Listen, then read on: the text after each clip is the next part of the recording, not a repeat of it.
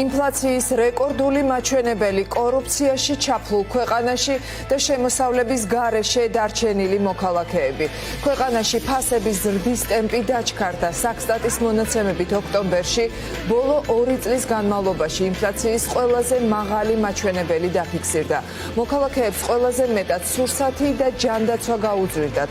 სპეციალისტები ინფლაციის დაჩქარებას ხელისუფლების არასწორ ეკონომიკურ პოლიტიკას უკავშირებენ. რაზე და რამდენად გაიზარდა ფასები, რას ამბობენ სპეციალისტები, თამარ დემეტრაშვილი გვერდდება ახლა ამ თემის დეტალებით პირდაპირ ეთერში. ინფლაციის მაჩვენებელი 5.2%-ია, რაც ბოლო 2 წლის განმავლობაში დაფიქსირებული ყველაზე მაღალი მაჩვენებელია და თუ გრაფიკას შევხედავთ, დავინახავთ, რომ ტრენდი აღმავალია და როგორც სპეციალისტები ვარაუდობენ, ამ პროცესის შეჩერება პრაქტიკულად შეუძლებელია იმ მმართველობის პირობებში, რაც დღეს ქვეყანაშია. ყველაზე უფრო მძიმე, რაზეც გამოქვეყნებული მაჩვენებელი მიუთითებს ისაა, რომ დაბალშემოსავლიანი ადამიანების მდგომარეობა კიდევ უფრო დამძიმდა. ამის მიზეზი კი ის არის, რომ სურსათის ჯგუფზე ინფლაცია 12%-ს მიუახლოვდა. ანუ ეს ნიშნავს, რომ დაბალი შემოსავლის ადამიანებისათვის 1 წლის განმავლობაში ცხოვრება უფრო მეტად გაძვირდა და დამძიმდა, ვიდრე მდიდრებისთვის.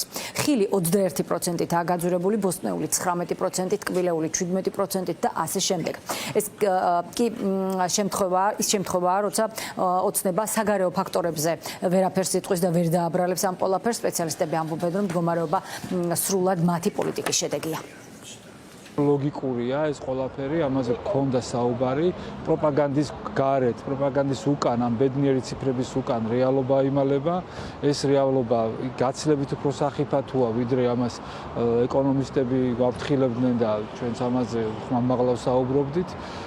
ეს ტრენდი სამწუხაროდ გაგრძელდება, იმიტომ რომ არანაირი ჯანსაღი მოლოდინი იმ გარემოებებიდან, იმ საქციელიდან, იმ ქმედებებიდან, რომელიც ამ ქვეყანაში ხდება და მიტაცებული ძალაუფლების მართველების მხრიდან არაფერი სამწუხაროდ არ გამოვა. როდესაც მოხმარების დიდი წილი მოდის სწორედ სურსათზე და მედიკამენტებზე და მისი ინფლაცია ორჯერ უფრო მეტია მინიმუმ, ხო, ვიდრე საშუალო ინფლაცია, წარმოვიდგინოთ, რომ ადამიანებისთვის ეს კიდევ უფრო ამძიმებს სიტუაციას, განსაკუთრებით, რა თქმა უნდა, კიდევ უფრო გაჭირვებული და ღარიბი ფენებისთვის მოსახლეობის. ამიტომ ეს არის სახიფათოა, ინფლაცია მისის შემდეგ ეგრეთ წოდებული ინფლაციის სპირალში შეიძლება შევიდეს, როდესაც ფასების ზრდას ვეღარ აჩერებს უკვე ვერც ეროვნული ბანკი და ვერც მთავრობა.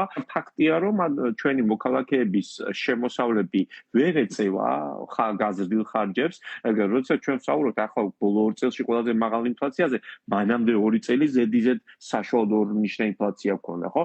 რაც კიდევ ამან ხო გაზარდა ფასებიდან, წარმოიდგინე ეს არის რაღაცა შეუცვლად პროცესად იქცა და თან თუ დავაკვირდებით, ხო, რა მიმართულებით ეს რაღაცა ხილი, ბოსტნეულან ისაც ყოველდღიურად ჭირდება ადამიანებს.